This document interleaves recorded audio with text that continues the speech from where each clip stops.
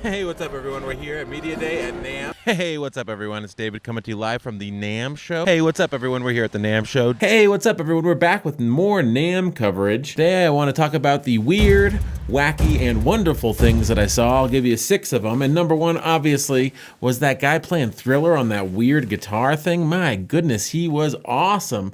And when you see something like that, I think you can go one of 2 ways. You can either be discouraged or you can be inspired. And I obviously think being inspired is the right way to go, but you could say, man, I'll never play that well. I might as well just give up. And that's sort of like saying, I'm never going to run as fast as Usain Bolt, so I might as well cut off my legs.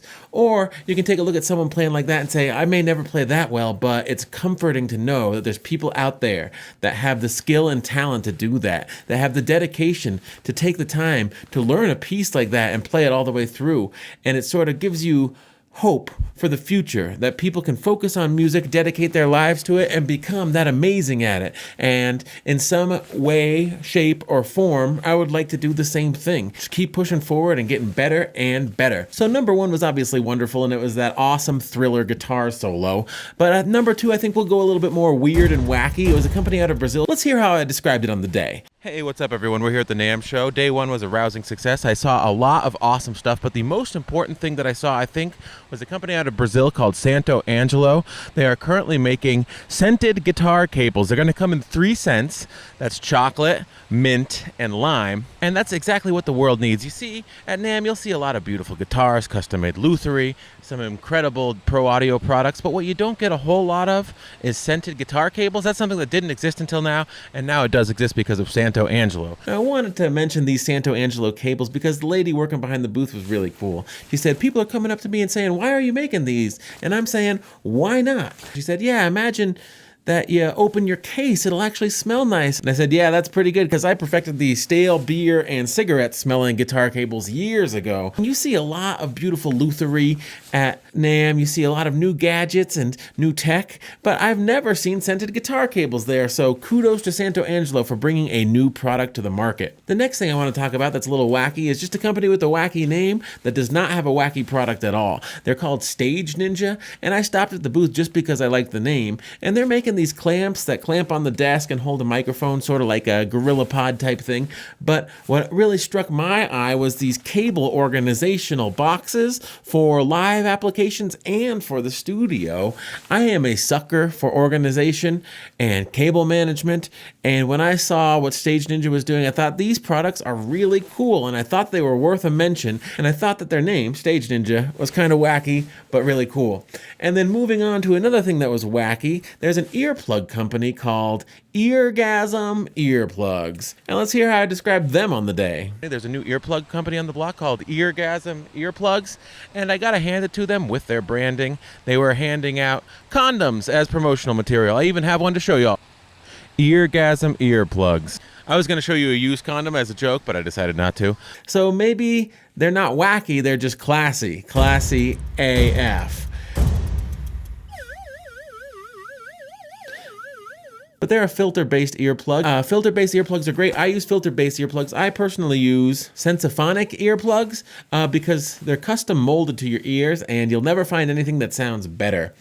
And the folks from Sensaphonics asked me to do a little spot because they're working with the World Health Organization to promote the importance of hearing protection. And so I did one while I was out there. Let's take a look at it now. Hey, folks. Your hearing is one of your top 5 most important senses, and it pays to protect it. Now, this is hashtag not an ad, but I protect it with Sensaphonic hearing protection.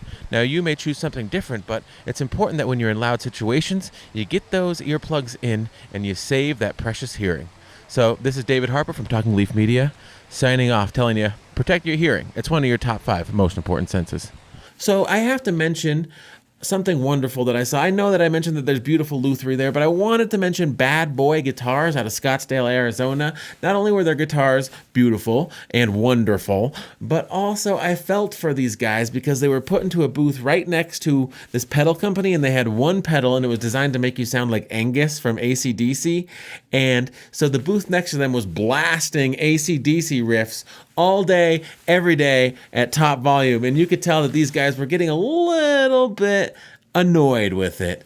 And so I felt for them. But also the guitars were beautiful. They had this gold hardware, these rare tone woods, like a spalted apple wood on one of the guitars. And so I'll show you some of those. And now we need to go to number 6, and it's something weird and wacky, and I didn't actually see it at this year's NAMM, but I went to the IK Multimedia booth. I don't know if you know who they are, but they make iRig for the iPad, and they make iLoud speakers, and I thought I'd seen something the first time I went to NAMM in 2010, and I asked, are they responsible for this? And what I saw when I went to NAMM was probably one of the wackiest things inadvertently. It was the age of iPad apps where you could have a whole booth just because you developed an app for the iPad. And there was this company, and they developed a virtual trombone for the iPad, and what it was you held your iPad like this, and then you worked you worked the trombone slide like this, and the name of the application was called the iBone.